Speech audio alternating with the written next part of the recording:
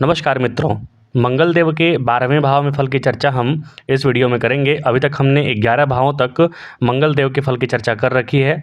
आप अपनी कुंडली खोलिए और देखिए कि मंगल देव कहाँ बैठे हुए हैं।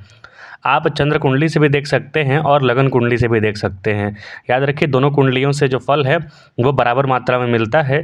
डिपेंड करता है कि कौन सी कुंडली ज़्यादा मजबूत है तो थोड़ा बहुत आगे पीछे होता है, अन्यथा फल दोनों ही कुंडलियों से मिलती है। अभी थोड़ी देर पहले मैंने एक वीडियो डाला था, आपको कैसे संतान की कामना करनी चाहिए। तो वो आप कामना कर सकते हैं और ये बात सटीक होती है कि जैसी आप कामना करते हैं, जैसे आप इच्छा रखते हैं, उसी हिसाब से कार्य होता है। तो आप हनुमान जी से ऐसे ही पुत्र की कामना कीजिए जैसी आप हनुमान जी की स्तुति करते हैं।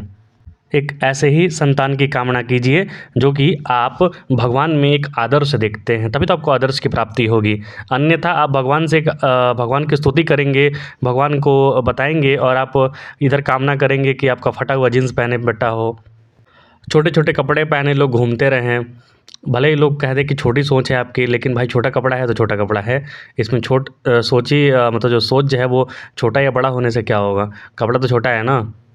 आपके अपने वस्त्रों की एक भाषा होनी चाहिए। वस्त्र देख कर लगना चाहिए कि हाँ, ये व्यक्ति है, संस्कारी है, हाँ ये व्यक्ति मतलब एक सुप्रतिष्ठित है।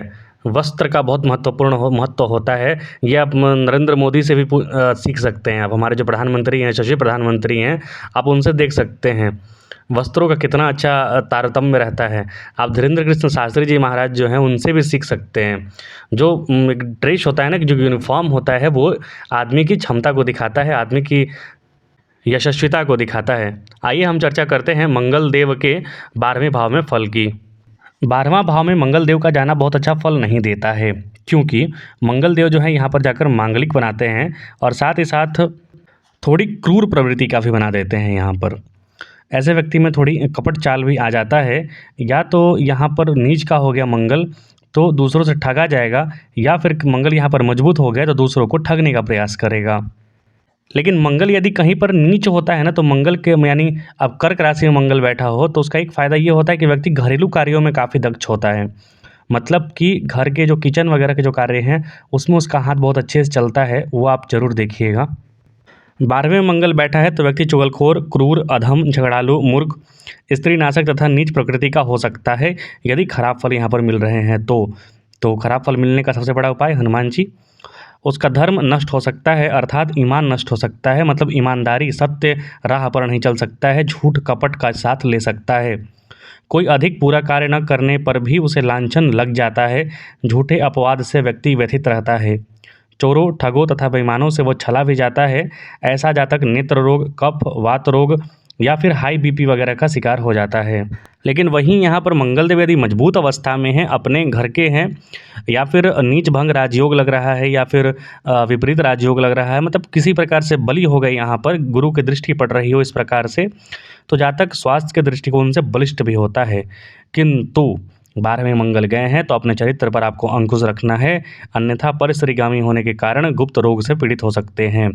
यदि कुंडली के 12वें भाव में मंगल और सूर्य की युति हो जाए तो व्यक्ति को दुर्व्यसन हो जाता है, अर्थात कुछ खराब चीज़ों का, दारू का या फिर मदिरा का कह सकते हैं हिंदी में, या फिर कुछ भी खराब चीज़ का व्यसन हो सकता है। वाणी खराब हो सकती है, आँख खराब हो सकता है, चरित्र खराब हो सकता है, अग्नि का भय हो सकता है।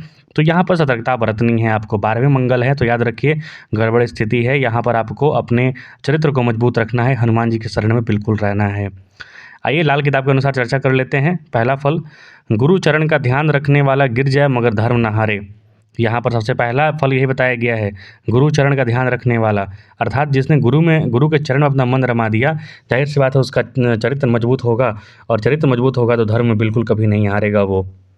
दूसरा, बड़ा भाई जिंदा न रहने देगा मगर कुंडली के मालिक जिसके 12वें घर में मंगल हो कि जन्म लेने से पहले उसका बड़ा भाई जरूर जिंदा और कायम होगा, मगर औरत की कुंडली में अपने बड़े भाई को तबाह करने की कोई शर्त न होगी। दूसरा जो पॉइंट है वो सीधा सीधा यही बता रहा है कि बड़े भाई को परेशानी होगी यहाँ पर।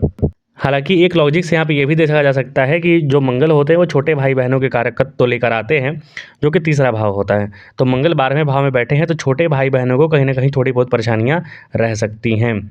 यदि लाल किताब के अनुसार तीसरा फल देखें हम, तो मंगल 12वें में हो और बुध का पहले घर में होना कभी बुरा असर न देगा।